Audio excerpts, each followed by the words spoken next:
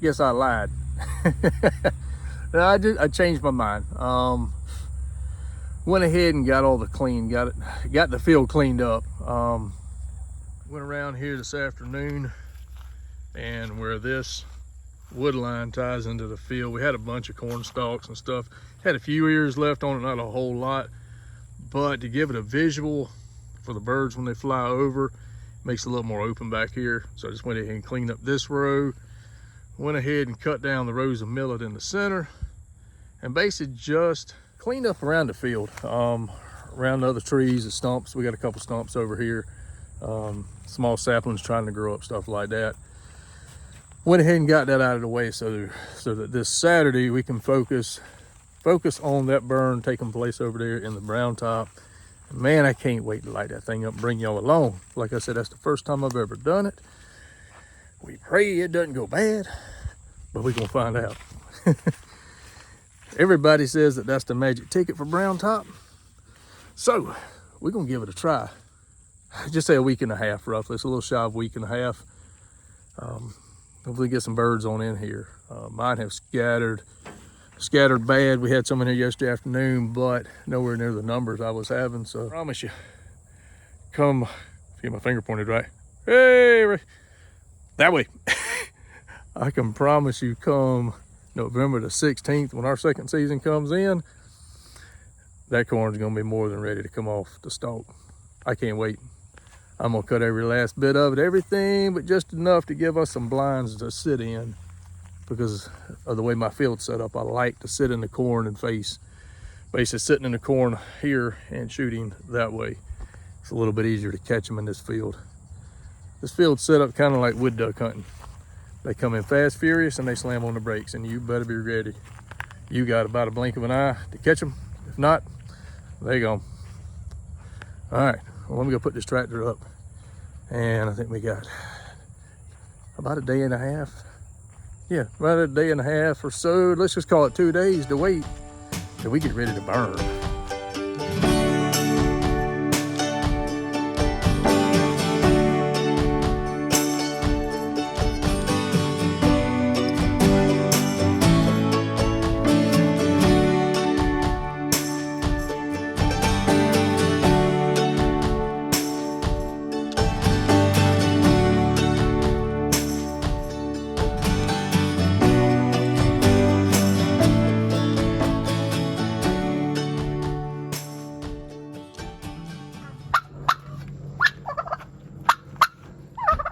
Girl, you looking rough. You looking real rough. What you think? All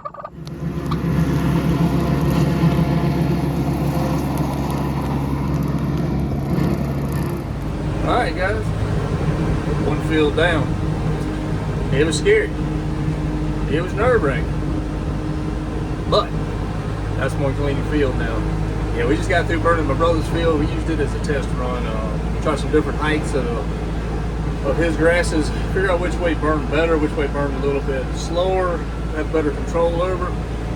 And what we found out was running that bush hog about 6 to 8 inches off the ground, leave enough stubble down there that he could catch and go, but not leaving the long, tall, 2-foot legs of the whole plant itself standing up.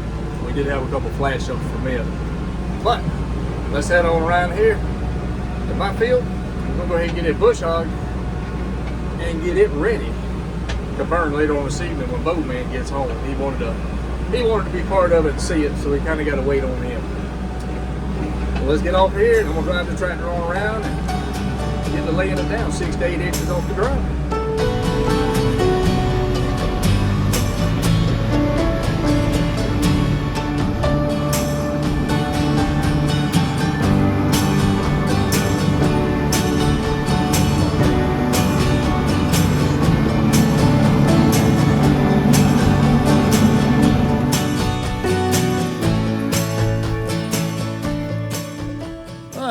We have prepped the field. We got it bush hogged down. Let me show y'all. Basically, you can see, well, here we go.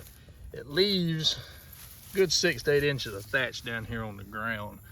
That will allow this fire to take off and run, but not run too fast is what we're after. From what we experimented a while ago on, this should be about a perfect burn. And it's gonna burn a little quick, but not too quick. The wind's kind of coming north, northeast. Well, it's going that way and then coming back in my face. We're probably gonna start up here on top of the hill and burn down toward the house is my plan. I got a little crosswind right there. Whew. All right, well, y'all stay tuned. This afternoon, when Bowman gets home, we're gonna light a fire to it.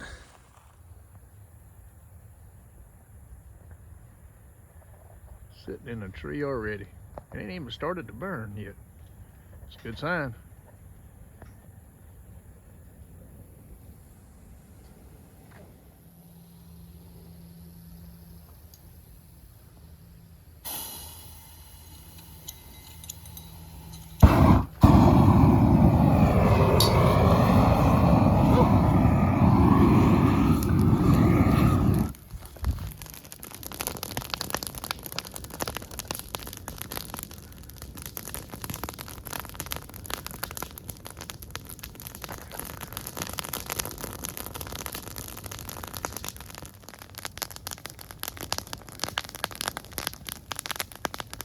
Well, so far so good.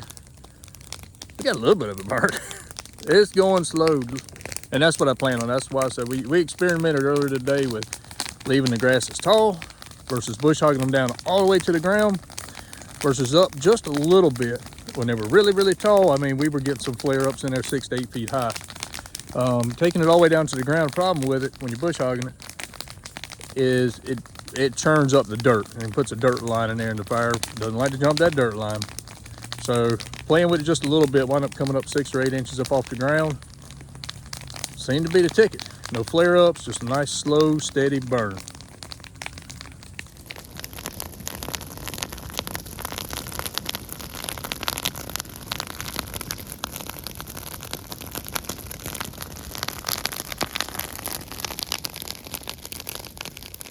I think we may have a problem. I think we might be enjoying this way too much.